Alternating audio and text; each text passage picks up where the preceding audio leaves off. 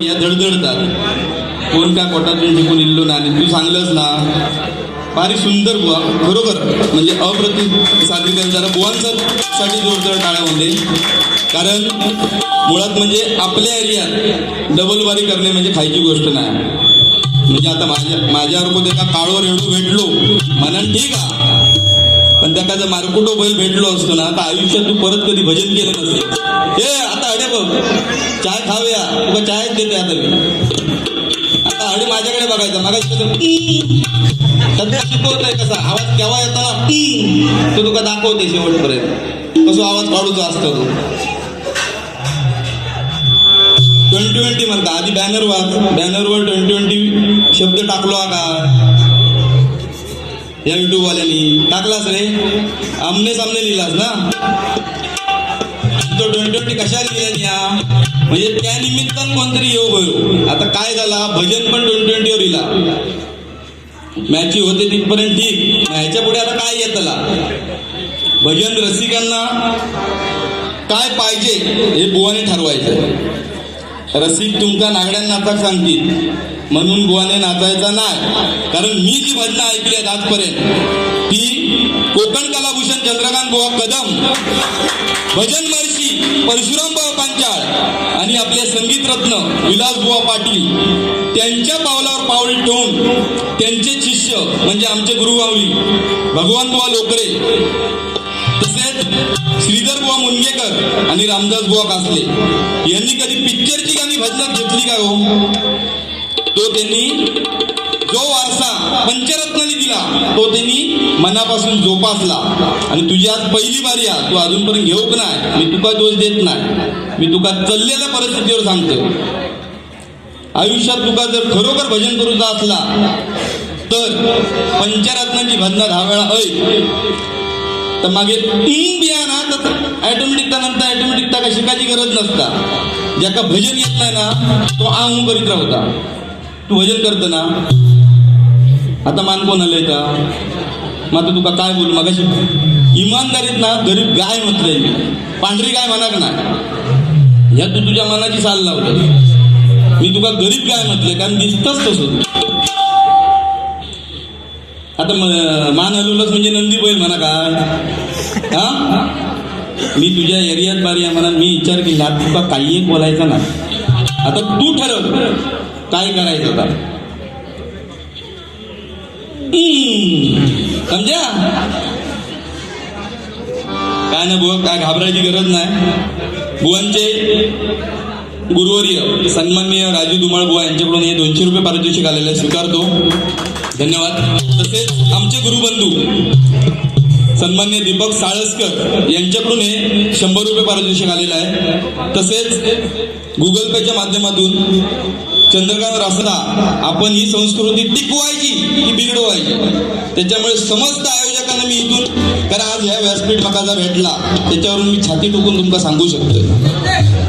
आणि जो वेळेचं बंधन दिलंय ते सुंदर नियोजन आहे कारण तरच आपल्याला संपूर्ण भजन ऐकायला मिळेल.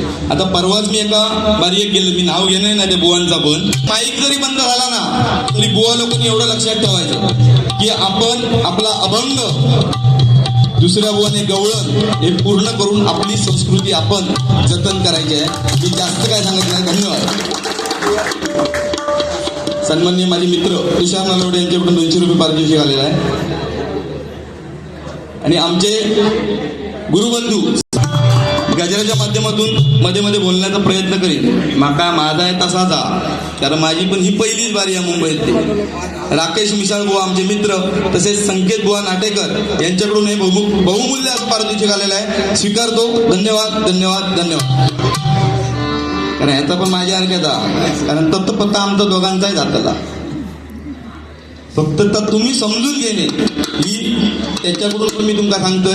कारण जेवढं तो कसं झालं तरी विचारू माझा भावा त्याचा आज नाहीसो आपण करू ठरवलं तर आपण ह्या संस्कृतीचा कुठेतरी नाश करू सुरुवात करतो असा माका वाटतं. मनात खरोखर त्याच्या डेअरिंगसाठी एकदा जोरदार टाळ्या होते कारण त्याचं मन भरपूर मोठा त्याच्या पेटवूया. तुम्ही फक्त कांदा घेऊन या तडेसून आणि काय पेटवता काय घेऊन या हळूहळू या आयोजकांवर एक छोटासा गजर आमच्या गुरुमाऊलीने लिहून दिलाय, तो सादर करण्याचा प्रयत्न करतो. मुंबई भजनी युट्यूबर्स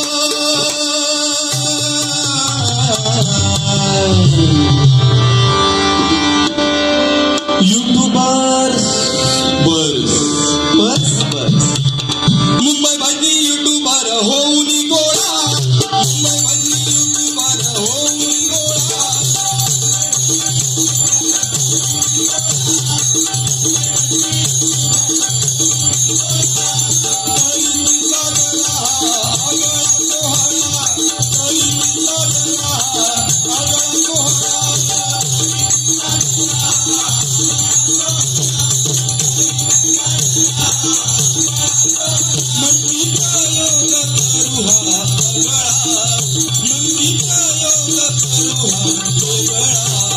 आता चालू लोक चांगला जाऊया आपल्या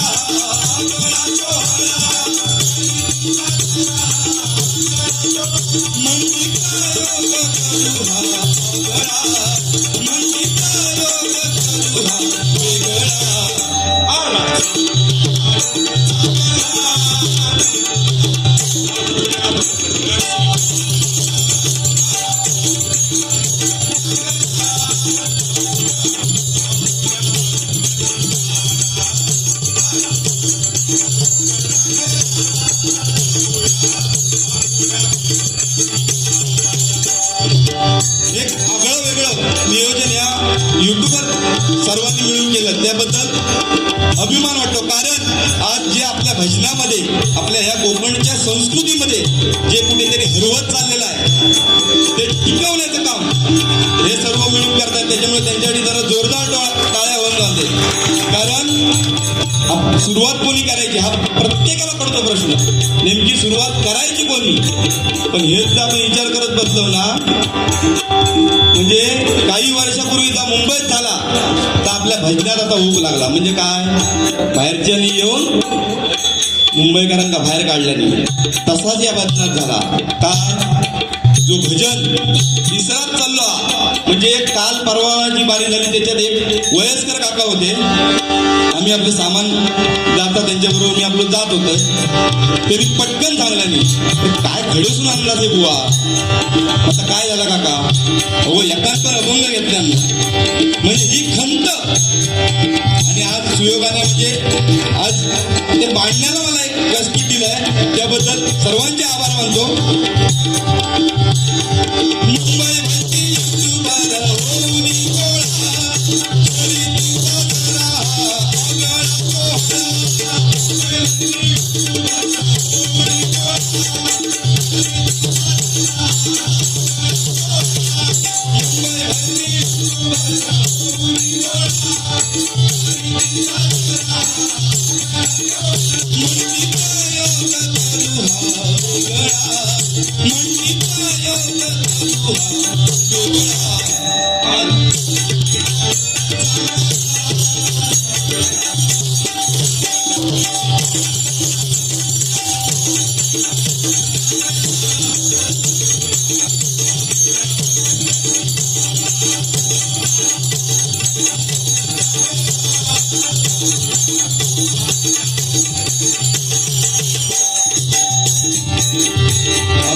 या मंडळाची टॅगलाईन ही मला भरपूर आवडली.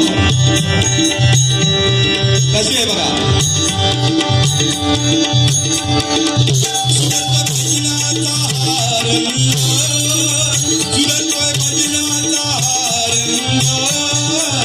पुन्हा भजनी नाचेल पांडुरंग.